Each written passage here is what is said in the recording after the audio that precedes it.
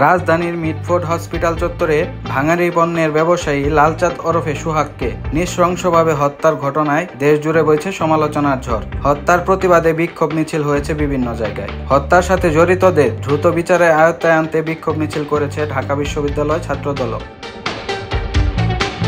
এদিকে অন্তর্বর্তীকালীন সরকারের আইন উপদেষ্টা আসিফ নজরুল জানান, সোহাগ হত্যার বিচার দ্রুত বিচার ট্রাইব্যুনালের অধীনে করা হবে। শনিবার সকালে নিজের ভেরিফাইড ফেসবুক পেজে দেওয়া এক স্ট্যাটাসে আসিফ নজরুল লিখেন, মিটফোর্ড নরকীয় হত্যাকাণ্ডের দ্রুত বিচারে সরকার বদ্ধপরিকর। এই ঘটনার সঙ্গে জড়িত 5 জনকে ইতোমধ্যে গ্রেপ্তার করা হয়েছে। পুলিশ সর্বোচ্চ গুরুত্ব দিয়ে তদন্ত করেছে। তিনি আরও লিখেন, এই পাশবিক হত্যাকাণ্ডে দ্রুত বিচার করে দৃষ্টান্তমূলক শাস্তি দেওয়ার ব্যবস্থা গ্রহণ করা হবে।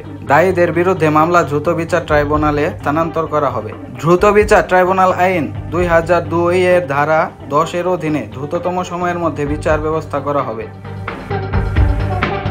জানা গেছে, সোহাগ ভাঙারি ব্যবসার পাশাপাশি পুরনো বৈদ্যুতিক কেবল কেনাবেচার ব্যবসাও করতেন। বংশাল এলাকায় বিদ্যুতের তামার তার ও সাদা তারের ব্যবসায় একটি সিন্ডিকেট আছে। সোহাগ এই অবৈধ ব্যবসা নিয়ন্ত্রণ করত। এই নিয়ন্ত্রণ নিয়ে মরিয়া ছিল সারোয়ার হোসেন টিটু ও মাহমুদুল হাসান মঈন। আর অবৈধ ব্যবসা নিয়ন্ত্রণ নেওয়ার দ্বন্দ্বের জেরেই এই ঘটনা ঘটেছে।